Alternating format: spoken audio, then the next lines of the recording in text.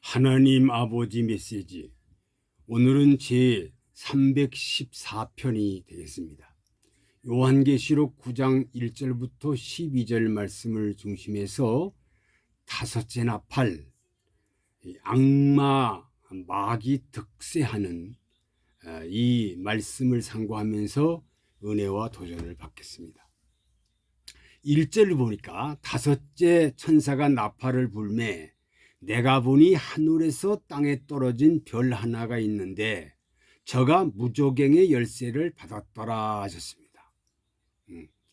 하늘에서 별이 떨어지는데 무조갱 마귀 열쇠를 받았다. 이것은 지상의 권리를 가지고 기독교를 박해하는 배도적인 행동을 하는 자를 가르쳤는데, 무조갱 열쇠를 받았다는 것은 마귀 권세를 받았다는 것입니다. 요한계시록 13장 2절 보면은 같은 세력이니 하나님께서 마귀 권세를 허락한 것은 첫째로 영계적인 흑암을 가져오도록 하는 것이고, 영계적으로 캄캄한 흑암 시대가 온다는 거죠. 2절에 저가 무조갱을 이오니 그 구멍에서 풀무의 연기 같은 연기가 올라오매 해와 공기가 어두워진다고 한 것은 영적 흑암을 말하는 것입니다. 그 무조갱을 이오니 거기서 연기가 아주 새까맣게 올라오는데 해와 공기가 어두워졌다. 3절 또 황충이가 연기 가운데로부터 땅 위에 나오매 저희가 땅에 있는 전갈의 권세와 같은 권세를 받았더라. 황충이가 나오는데 전갈의 권세를 받았다. 황충이 연기 흑암의 사상이 들어간 사람은 황충이 같이 악해지는 동시에 마귀 권세를 받게 된다는 겁니다. 마귀 권세를 받게 된다. 4절 저희에게 이르시되 땅에 풀이나 푸른 것이나 각종 수목은 해하지 말고 오직 이마에 하나님의 입맞지 아니한 사람들을 해하라. 예? 입맞지 않은 사람들만 해하라 그랬습니다. 자, 그들의 입맞지 않은 사람만 해하라는 명령을 받았으니 이것은 하나님께서 이마에 입맞은 종만 골라서 세우기 위한 방법이라는 겁니다. 입맞은 자를 세우기 위한 하나님 방법이다. 재앙이 올 때 모세를 쓰듯이 이때 종들은 입맞은 종을 들어 쓰신다는 것입니다. 입맞은 종을 하나님 들어 쓰신다. 그런 뜻이에요. 5절 그러나 황충이의 세력은 죽이는 권세가 아니고 5개월 동안 극도로 괴롭히는 권세를 가졌습니다. 죽이는 게 아니고 5개월 동안 괴롭힌다. 그래서 5개월 환란이라고 그럽니다. 5개월 환란. 이것은 최후 발악적인 행동으로 사람을 괴롭히는 시련입니다. 6절 그때는 인간의 사망이 오는 때가 아니고 사람이 죽는 때가 아니에요. 그때는 죽고 싶으리만큼 사탄의 압력이 온다는 겁니다. 아무리 죽고 싶어도 죽을 수가 없어요. 죽을 수가 없다는 거예요. 그냥 괴롭게만, 그러니까 괴롭히는 것이 5개월 동안을 괴롭힌다. 5개월 동안을 괴롭히는 거예요. 7절 황충이들의 모양은 황충이들의 모습 세력 어떤 모습일까? 황충이는 한마디로 악령이요 거짓 사상이며 사람을 괴롭히는 전갈의 권세입니다. 황충이 어떻게 사람을 공격합니까? 황충이의 모습을 한번 보겠습니다. 첫째로 7절 황충이는 모양은 전쟁을 위하여 예비된 말들 같고, 전쟁을 위한 예비된 말 같다. 이 말은 사람이 타고 다니는 짐승으로서 매우 빠르다는 거죠. 말이라는 건 빠르다는 것이 아니에요. 빠르다. 예? 말이라는 것은 매우 싸납다. 말이라는 것은 신속하다는 거예요. 신속하게 아주 사납게 빠르게 이렇게 말을 타고 그 전쟁을 위해서 예비된 말 같다. 참 무서운 황충이 때들이 늘어난 겁니다. 두 번째, 황충은 머리가 금면류관 비슷한 것을 썼다고 했습니다. 비슷한 것 썼다. 진짜 면류관이 아니라는 거예요. 진짜가 아니고 면류관 비슷한 것을 썼다 했습니다. 비슷한 것, 진짜 면류관은 아니라는 거죠. 인간의 방법으로 승리의 기세를 보이고 있습니다. 언제까지? 일시적 승리에 현혹, 미혹되지 말아요. 일시적으로 뭐 유명하다, 화려하다, 면류관이 썼다, 뭐 이런 것 때문에 미혹받지를 말아라. 이렇게 이런 걸 가지고 사람들을 미혹한다는 겁니다. 아주 무섭잖아요. 세 번째, 그 얼굴은 사람의 얼굴 같았습니다. 사람의 얼굴 같고, 이 표현은 황충이가 실제적인 황충이 아님을 의미합니다. 이 실제적으로는 황충이가 아니고 황충이 같은 행위. 사람의 얼굴 같고, 이 표현은 황충이가 실제적인 황충이가 아니라는 걸 알 수 있지요. 사람은 피조물 중에서 가장 높은 지혜로움을 가지고 있습니다. 그렇죠? 사람은 지혜로움을 가지고 있다는 거예요. 그러나 황충이 얼굴, 사람 얼굴을 모방했다 하면 그 이단 사상이요, 황충이 마귀는 모방을 잘합니다. 황충이들은 모방을 잘해요. 그러니까 마귀, 사탄이, 이단, 이런 도깨비들 장난하는 거 보면 모방을 잘합니다. 자, 우리나라의 대표적인 그 이단들을 보세요. 여호와 증인. 여호와 증인이라는 그 글씨 자체는 얼마나 멋있습니까? 그렇잖아요. 근데 여호와 증인 그 이단 교단에서 이걸 써버렸어요.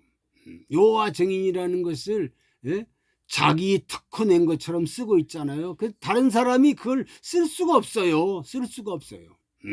또 통일교. 자, 통일이라는 글이 얼마나 멋있어요. 그렇잖아요. 통일. 그래서 앞으로 성부, 성자, 성령으로 말미암아 이 세계가 다 통일된다는 거예요. 그 통일이라는 글자를 통일교단에서 쓰고 있으니까 통일이라는 글자를 잘 쓸 수가 없잖아요. 이들이 다 써먹었어요. 자, 요즘 떠오르는 그 이단 사이비 종파 신천지라는 거 얼마나 좋은 겁니까? 근데 성경에는 신천지라는 게 아니고 신천신지라고 기록이 돼 있어요. 그들은 신천지라는 걸 써먹었지만 그것은 잘못된 거라는 거죠. 신천신지가 돼야 되지 신천지를 써버렸다는 것은 정말로 부끄러워요. 어쨌든 사탄 마귀는 인간 아담 하와 쓰러뜨릴 수 있었습니다. 그러나 예수 그리스도 안에서 아담 후손 다시 회복됐는데 황충이 지혜는 제한된 지혜임을 알아야 합니다. 황충이 지혜는 제한된 지혜임을 알아야 되는 거예요. 하나님의 지혜로운 자라야 완전한 지혜가 되는 거지, 황충이 마귀 떼들의 지혜라는 것은 제한된 지혜다. 제한되어 있다는 거죠. 네 번째, 여자의 머리털 같은 머리털 가지고 있습니다. 8절에 여자의 머리털 같은 머리털이 있다. 여자에게 있어서 머리털은 미의 초점이요 상징입니다. 여자의 그 미의 상징은 뭐예요? 머리털 아닙니까? 그래서 미인들을 보니까 머리가 참 멋있잖아요. 그래서 여자의 정말 머리털 같다는 것은 이렇게 황충이 마귀 사탄이들은 아주 여자의 머리털 같은 그 머리털을 가지고 있다는 거예요. 아주. 예? 머리털은 매력과 아름다움과 영광을 말하는 것입니다. 사람을 마음을 끄는 아름다운 방침을 쓰고 있다는 거예요. 사람의 그 마음을 아주 아름다운 방침으로 쓰고 있다는 거예요. 끌라고. 그러니까 대부분 사람들이 미혹을 받아요. 미혹을 받아요. 그래서 말세에는 많은 사람들이 이렇게 미혹을 받아서 이제 미혹받을 땐 모르지만 나중에 가슴을 치고 땅을 치고 통곡을 하고 울 날이 온다는 거지요. 내가 이렇게 미혹받을 줄이야. 내가 이렇게 미혹받을 줄이야. 그래서 요즘에 그 일부 신천지에 미혹돼 가지고 갔던 사람들이 나와서 그 간증하는 모습을 여기저기서 볼 수가 있습니다.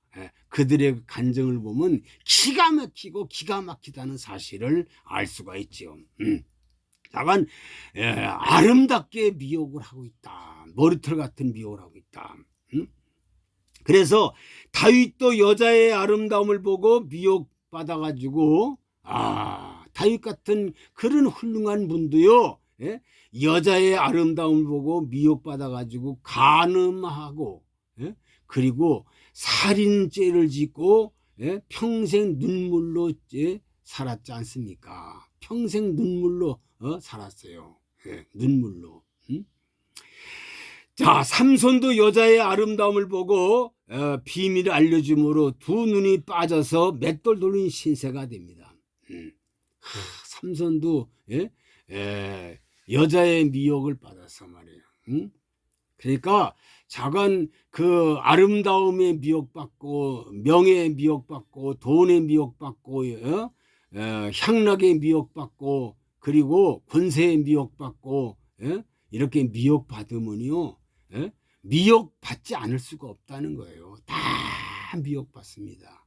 그러니까 그런 것들을 싹 초월할 수 있는 그러한 사람이 돼야 한다는 겁니다.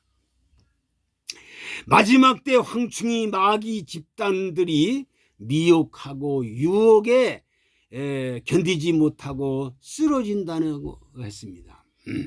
그래서 황충이 마귀 사탄이 미혹에 그 미혹 그 유혹에 견디지 못하고 쓰러지는 사람이 많다.